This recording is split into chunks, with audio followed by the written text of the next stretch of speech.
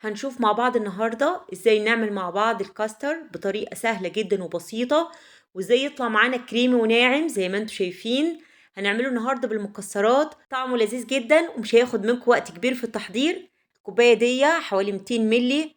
كل كوباية لبن هستخدم معاها معلقة كبيرة من السكر ومعلقة كبيرة هرمية من الكاستر. ممكن تعملوا 4 كوبايات لبن، 6 كوبايات لبن، حسب عدد أفراد الأسرة. حطيت اول حاجه السكر، دلوقتي هضيف الكاستر. واهم خطوه هنعملها علشان الكاستر ينجح معانا ان في البدايه يا جماعه هنقلبه على البارد. يعني ما ينفعش احط الخليط على لبن ساخن او مغلي، كده هيكلكع ويبوظ مني.